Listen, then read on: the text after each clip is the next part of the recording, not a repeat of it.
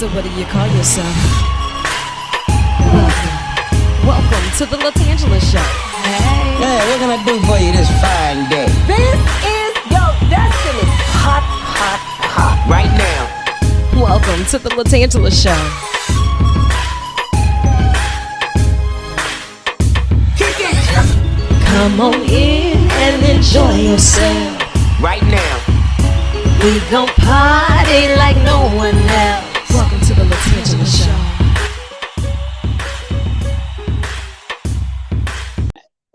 Hi, and welcome to another episode of the LaTangela Show podcast. It does my heart well to have this time together where we can chit about this and chat about that and get to the answers. We have a lot of questions that need answers, and I love to get to the professionals, the ones who deal with situations that face us day in and day out, and they do it in the spirit of excellence, from a space of care. And of course, today in the hot seat on the tan line, we have none other than Dr. Gabrielle Hawkins. How are you? I'm doing well. How are you? I am good. Even better if you agree that this will not be your last time in the hot seat on the tan line. Of course. I'd love to come back. Okay, good. Just making sure. You know, you have been doing such a phenomenal job. Just making sure that you are creating safe spaces where people can become empowered, educated, and get the help that we need. Tell me a little bit about your position with Women's Hospital. Yes. So I am a board certified gynecologic oncologist. And what that means is I take care of women with female cancers. So those are cancers that start in the ovary, the uterus, the cervix, the vagina, and the vulva. Today we're talking about cervical cancer. Yeah. Take care of all of the female cancers. And of course, all of that comes naturally to you because you deal with it so often and you have for some time. But what are some of the symptoms or some of the warning signs that we may not necessarily look out for? Because I want to talk about it on the preventive side, because that's the conversation that just does not meet us at our dinner table often enough. Right. I completely agree with you. I think we should talk about these at our lunches with our girlfriends a lot more. Yeah. But yeah, so the biggest things that we think about with cervical cancer, things to look out for are bleeding, and that can be bleeding between periods, bleeding after intercourse, and bleeding after menopause can be signs of multiple of our cancers, but certainly of cervical cancer as well. So really paying attention to bleeding.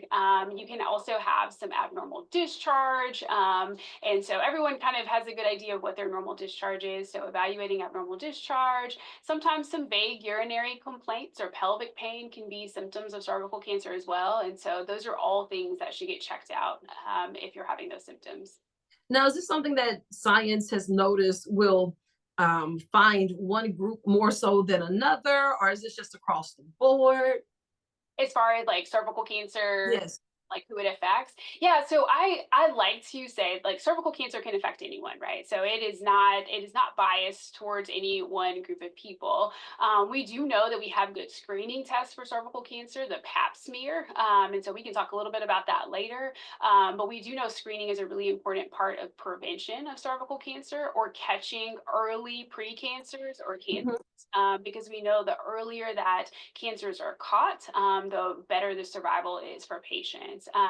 And so we, in general, we do know our minority populations, our African American women, Latino women have higher rates of cervical cancer than we would like, disproportionate in many states in comparison to our white patient colleagues. And so it's really important to have that education there. And some of it's not just because of diagnosis, right? In many places, many states, our minority populations actually have higher rates of screening. It's just that there are a lot of other follow-ups that need to happen, and that's where some of those disparities happen as far as diagnosis and treatment. Right. Is heredity one of those things that can play a main factor in something like this with cervical cancers? So interesting. Cervical cancer, of the cancers we take care of, is not one that has a known predisposition to having family relationships. A lot of times, though, you can think of kind of familial relationships with cancer is because people exposed to the same things, and so they're at higher risk for similar cancers, but it's not genetically related. So Right. not any genes identified for cervical cancer. And I know that you mentioned a lot on the preventative side, but when we start asking questions that need answers about when do we get tested, those lines get kind of murky because one, we're always behind the eight ball saying, I'm gonna do it, I'm gonna do it, I'm gonna do it. We're so busy taking care of the world and everybody else in it, you Yeah. know. But what age range is a good starting point to start getting those baseline tests? Absolutely. So the recommendations across the board from all organizations is to start Pap smear or cervical cancer screening at age 21. And the only caveat to that I will say is there are some conditions that you have to speak with your provider about that we test outside of the guidelines that we're going to talk about in a second, and sometimes start at different times. So Mhm. the caveat, but generally speaking, for a healthy woman with no other conditions that would start earlier screening or have more frequent screening, age 21 is when you would start. Um, Okay. and then the screening guidelines, I agree with you, are what's really confusing. So the most important thing that I want people to know is that annual pelvic exams should happen no matter what. So whether you're due for a Pap smear that year or not, it's really important to go in for that annual pelvic exam.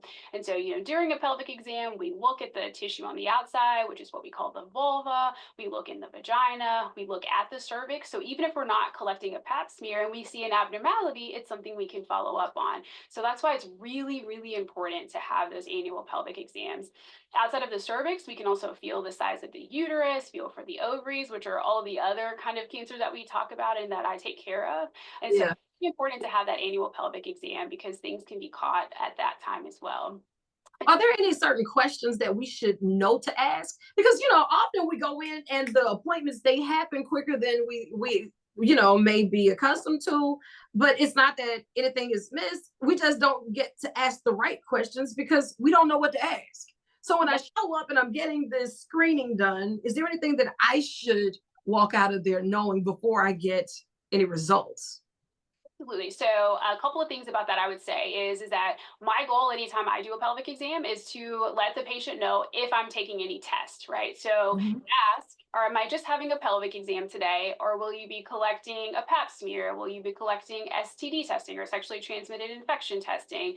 What Mhm. test are you collecting while you're doing the Pap smear, or are you just looking and feeling today? So that's what I usually tell people while I'm doing the exam, so they know what to expect. Um, Right. and the second piece of it is I think a lot of like HIV education and awareness back in the day, their tagline was "Know your status," right? And so I think it's really important that women know their most recent Pap smear and know their last mammogram testing. So know what that testing is. And so if someone tells you no news is good news, that is not a philosophy that I buy into. And Right. haven't heard back, a lot of Pap smears will take 2 to 3 weeks to come back. So if you haven't heard back, call and make sure that you get that result sent to you, because sometimes it's just in the busyness of clinic movement and patients moving and paper moving. Sometimes that doesn't get communicated to you. And so just make sure you call back and check in and say, what were the results of my Pap test that you collected? What were the results? And you know what to ask for because you asked during that visit what was collected. What were the results of my sexually transmitted infection testing? Because you know what was done. Right. So I think that that's kind of the major thing that I would say is just kind of ask in the moment, like what's being done, and then call back and follow up on it. Or when would I expect to hear back from you if there are any abnormalities that need to be followed up on? Good. Asking the right questions, having a realistic timeline on those results, making sure we stay on top of the exams, know what exams we have. I'm with this. I'm taking notes, Doc. I'm taking notes. Now, one of the things that we deal with day in, day out, the things that we consume. New year, new me, gonna get it together, right? Yes, Don't judge me. This is a judgment-free zone.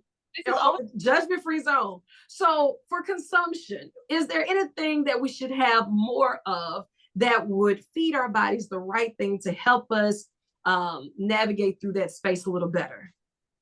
Yeah, I mean, I think in general, a diet that is balanced, right? So I know that everybody talks about like have a colorful plate, right? So eating a nice balanced diet, trying to limit processed foods is really important. And get exercise, stay active, get exercise. That's good in general for women, for their heart health, their bone health, for your mental health. And so I think balanced diet, exercise, being aware of kind of social triggers that stress you out and trying to replace those things with things that don't stress you out, which I know is hard. We're all busy and working and doing all kinds of things. So I'm glad you mentioned that though, because stress really does take a toll on our bodies. Yeah. And sometimes we internalize the stress and we'll hold on to that, not realizing that a little vitamin D, going outside, taking a walk, can help us defrag, or even letting go of certain situations could possibly save our lives in one way more than another.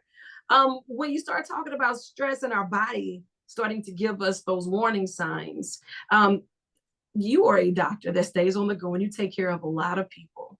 When you have to take care of yourself, unplug, unwind, and just make sure that you find your balance, what does that look like?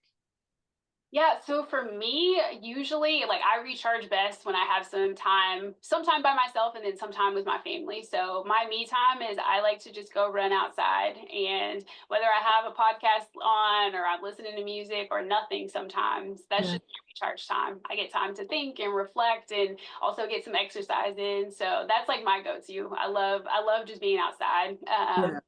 Running is one of those things. So not everybody likes running, and I tell my patients that all the time. Just find the thing you like to do. If you love to dance, if you like to jump rope, if you like to go walk around the track with your girlfriends and you guys meet up and do that and go have coffee afterwards or go have a treat afterwards, a dessert or something. You can always make it a fun activity, and enjoying, have other people join with you, and have Yeah.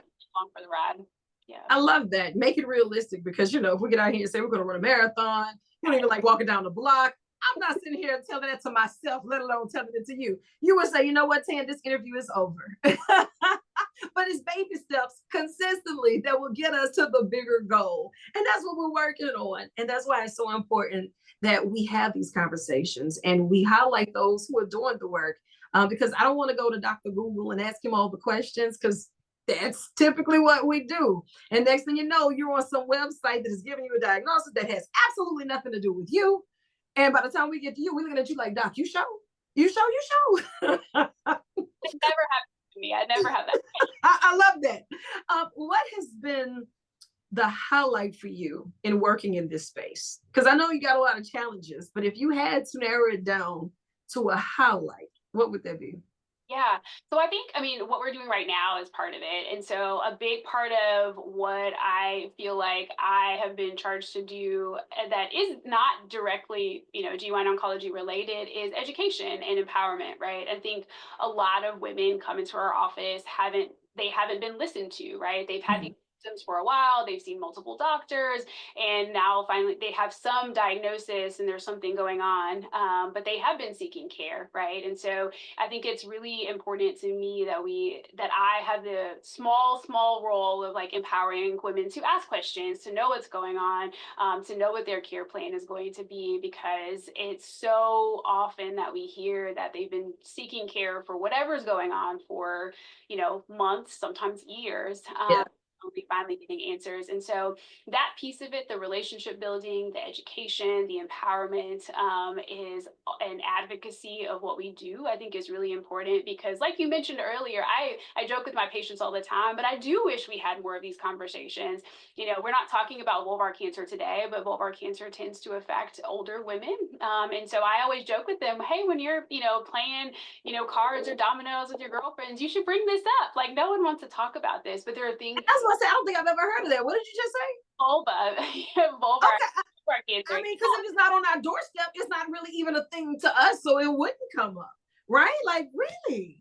Yeah. And I think same thing for cervical cancer, right? We're talking about cervical cancer today, that many people know someone who's been affected by cervical precancer or even cervical cancer, but they don't necessarily talk about it, right? Yeah. I think that my goal is always in a small, safe space, right? Not with everybody. I don't think you should go tell your story to everybody, but in a small, safe space, like share that story, because you might actually save someone's life. They might go in and get their screening exam done. They might get their children vaccinated for the HPV virus. We hadn't talked about that yet, which is the primary cause of the majority of cervical cancers, is the HPV virus. And so, No, wait, I'm gonna have to slow you down on that, because that's definitely not a conversation that comes across our desk, right? Parents got a lot that's going on. They're trying to keep the child happy, healthy, safe, and stay on top of all of this research, what they should do, what they shouldn't do. And then they hear all of these things and may not know what they're attached to in that moment and further down the line. So what does that look like for a parent? What is that? Yeah, so the HPV vaccine that's available now. Typically, the vaccine you can vaccinate between ages 9 and 12 is where most pediatricians will talk about it. There are some people who decide to vaccinate their children later, and I think for whatever it is, it's been associated with sexual intercourse, and people are afraid to talk about the virus and the vaccine. Mhm. The HPV virus we know it causes the majority of cases of cervical cancer, but it also causes cancers of the penis. So penile cancer, anal cancer, head and neck cancers. And so it's not just sexually transmitted HPV virus that can cause just cervical cancer. So it's not just a disease that affects women. Um, Right. the HPV virus itself. And so the goal is always with vaccination is to vaccinate so that your body can build up immunity before you come in contact with that, which is typically through sexual contact for the HPV virus. And so I think that's where it causes a lot of angst, which is completely understandable. But I think my hope is that most parents have a pediatrician who they can trust, and they can ask those hard questions and kind of navigate how to discuss this with their children if they're old enough to kind of understand what those vaccines mean, or if they hear things from their friends or their family who are talking Mhm. about it, to understand that the goal of that vaccination is to try to prevent development of cancer in the future. And so I think when you think of it that way, there a little bit of that angst kind of goes away, because I think all parents want to do the best thing for their children, and people are always able to decide that that's not what they want. But I think our goal and our purpose is to inform them of the information that we have. Right. So that way they can at least be informed and not be left in the dark saying, if I had known. Well, you do know, and now you can do what you will with that information. But it's important to join that conversation and to have the conversation with other families, friends, loved ones, and with professionals. Don't just ask those who think they might know, kind of heard about it in passing or in the wind or in the salon. Be like, no, hey, wait a minute now. We can send you up here to get some real questions answered. And I know that Doc will pick up because she's here for us today.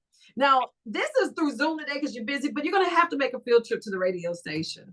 We're going to have to get you here. I would love to do a round table to where we can have some listeners call in with some questions that they may have, because often maybe it's an insurance issue. Maybe it's just a scare where they don't want to go. Every time they go to the doctor or someone they know or love go to the doctor, they don't get the good news. Many people have many things that will create those boundaries. That's not healthy for us, not good to us. So we're working our way around that. Open Yeah. a line of communication. This is an extension of your office. Yeah. So get to work, sis. Let's come on to the microphones. Get to work. This is your office. You got to come do your tour. Yeah, that would be great. I'd love that. I love that. Yeah, Good. exactly right. We go into, or I can only speak for myself. I go into every visit knowing that people have had experiences in healthcare and with healthcare providers that they wish they didn't have, and I wish they didn't have them too. And so I agree. I think it's really important, and I applaud people who overcome their fear of going into the doctor to come in, regardless of what that news is. And so you're absolutely right. That is a very, very real thing that keeps people away from the doctor. Absolutely. And one thing is for sure, if we need you, we know exactly where to find you. If they have any questions, if they need to book an appointment, how do we contact you with the links that you have through the facility? Yeah, so they probably provide you with the best contact. Most of the time, patients get referred to us from their primary OBGYN or their primary care provider if they have an issue. And so that's probably the best route to get to us. Yeah, And kind of knows how to reach out to us, and we can do some phone triage and get people taken care of. So that's usually how we work as a kind of a subspecialty. But most of our patients get referred from another doctor who's identified something going on. So good. As long as they lead them over there to woman's, I know that they lead them in the right direction. You yeah, are right with me. And I know you have more work to do. So I'm gonna let you chase the sun or let the sun chase you. But either way, get after it, Doc. I love you. And there's absolutely nothing you can do about it. all right, you're awesome. Thank you so much for your time. I appreciate it.